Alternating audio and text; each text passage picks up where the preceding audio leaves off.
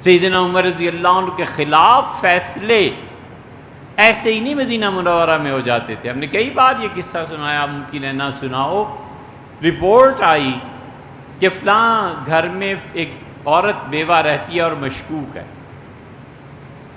صبح جب تشریف لائے تو فرمایا اس عورت کو بلاؤ.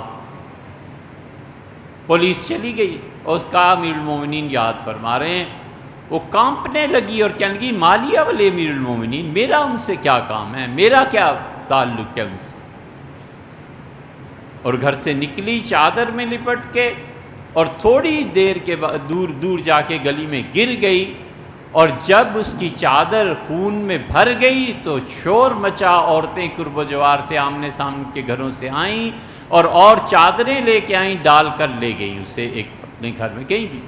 سیدنا عمر رضی اللہ عنہ کو جا کے رپورٹ دی گئی کہ امیر المومنین آپ نے بلایا تھا، وہ امید سے تھی اور گری ہے اور ناقص بچے نے جنم لیا ہے، اس کا حمل ساقط ہو گیا. عمر رضی اللہ عنہ گھبرا گئے. یہ ایک ایک آدمی اور ایک ایک ضائع ہو جانے والے بچے کی بھی خلافت کو قدر تھی.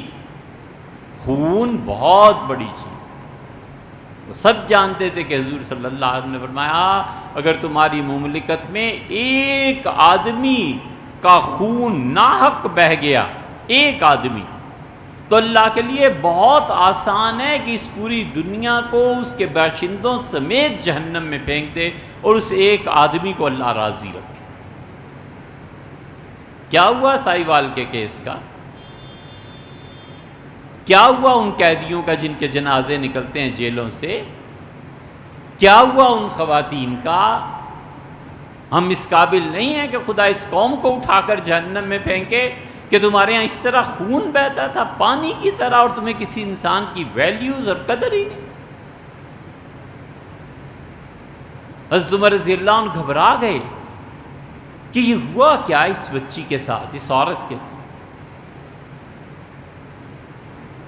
شورا بیٹھی، حضرت عمر رضی اللہ عنہ اپنا مسئلہ پیش کیا شورا کے سامنے اور کہا شورا والو یہ ہوا ہے، اس کا تجزیہ کرو اور بتاؤ یہ ہوا کیوں ہے. صحابہ رضی اللہ عنہ کا امیر المومنین یہ اس کی اپنی گھبراہٹ ہے، کوئی بیماری ہوگی، کچھ ہوگا، آپ اس سے بری. ایک آدمی چپ تھا اور وہ سیدنا علی رضی اللہ عنہ. حضرت عمر رضی اللہ عنہ کے کئی واقعات ایسے ہیں جہاں سیدنا علی رضی اللہ عنہ چپ ہوئے اور امیر المومنین نے کہا تم بولو، تم فیصلہ کرو. تم ایک مرتبہ ایک مقدمہ آ گیا تھا، بلایا تو حسن آئے. حسن رضی اللہ عنہ سے کہا والد کیا ہم کیا فلاں جگہ گئے ہوئے ہیں. سیدنا عمر رضی اللہ عنہ بار بار اضطراب اور بے چینی سے اپنا ہاتھ اپنی ران پہ مارتے تھے، کہتے تھے قضیت اتنا مشکل مسئلہ آ گیا ہے، علی نہیں ہے، یہ کیسے حل ہوگا، کدھر گئے علی، کہاں گئے علی. اور یہ عمر رضی اللہ عنہ نے نہیں کیا. حضور صلی اللہ علیہ وسلم کا صبح انتقال ہوا ہے اور رات کو 3 مرتبہ پوچھا کہ علی آئے ہیں، عرض کیا گیا نہیں. پھر فرمایا علی آئے ہیں. تمام رسول اللہ صلی اللہ علیہ وسلم کی بیویاں چارپائی کے گرد بیٹھ. پھر تیسری مرتبہ پوچھا، پھر سیدنا علی رضی اللہ عنہ آئے تو خواتین ایک کمرے میں چلی گئیں اور سیدنا علی رضی اللہ عنہ کہتے ہیں رسول اللہ صلی اللہ علیہ وسلم بات نہیں اونچی آواز میں کر سکتے تھے، میرے آنے پہ اتنے خوش ہوئے کہ اٹھنے کی کوشش کی، میں نے دونوں ہاتھ رکھ کے لٹا دیا اور رسول اللہ صلی اللہ علیہ وسلم کے دونوں پٹیاں چارپائی کی پکڑ کے میں نے اپنا کان ان کے ہونٹوں کے ساتھ لگا دیا کہ فرمائیں کیا کہتے ہیں. سیدنا علی رضی اللہ عنہ کہتے ہیں اتنی طویل گفتگو میرے کان میں کی کہ میری عمر کل 30 سال تھی اور مجھ جیسا لڑکا اور میری کمر اور پٹھوں میں درد شروع ہو گیا اور میں رسول اللہ صلی اللہ علیہ وسلم کے ادب میں اسی طرح کھڑا. یہ علی رضی اللہ عنہ کوئی معمولی آدمی تھا.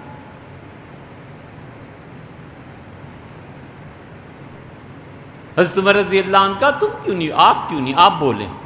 ان کا امیر المومنین میرا تو مسئلہ یہ ہے، فتویٰ یہ ہے کہ یہ جو بچہ قتل ہوا ہے اس کے ذمہ دار جناب والا ہیں آپ. عمر رضی اللہ عنہ سناٹے میں آ کے کہا میرا کیا قصور ہے، میرا انہوں نے کہا امیر المومنین آپ نہیں جانتے کہ آپ کا رعب آپ کی رعایا پر کتنا ہے؟ آپ کا کسی کو بلا لینا اس کے لیے گھبراہٹ اور خوف چھا جائے، جس کو بلایا جا رہا ہے یہ نہیں ہے، آپ نہیں جانتے؟ آپ نے اسے بلایا ہے، اس پہ گھبراہٹ طاری ہوئی ہے، خوف مسلط ہو گیا ہے، اور اس نے بچے کو ناقص حالت میں جنم دے دیا ہے۔ چونکہ آپ نے جان بوجھ کے ایسے نہیں کیا، اس لیے میں یہ تو نہیں کہتا کہ اس قتل اور بچے کی موت آپ کے ذمے برابری کی بنیاد پہ ڈالی جائے۔ ہاں یہ ہے کہ آپ کو اس بچے کی جتنی دیت، اس کا خون بہا جتنا بنتا ہے اتنا آپ بیت المال میں جمع کرائیں۔ عمر رضی اللہ عنہ تھرا اٹھے، بار بار فرماتے رہے علی میرا کوئی قصور نہیں، علی میرا کوئی۔ انہوں نے کہا حضرت آپ نے مجھ سے پوچھا تھا، میں نے سچی بات کی۔ سیدنا عمر رضی اللہ عنہ خاندان والوں کو بلایا اور کہا بیت المال کا اتنا قرضہ میرے ذمے ہو گیا ہے، پیسے جمع کرو، مجھے قرض دو تاکہ میں اس بچے کے خون سے جان چھوڑوں۔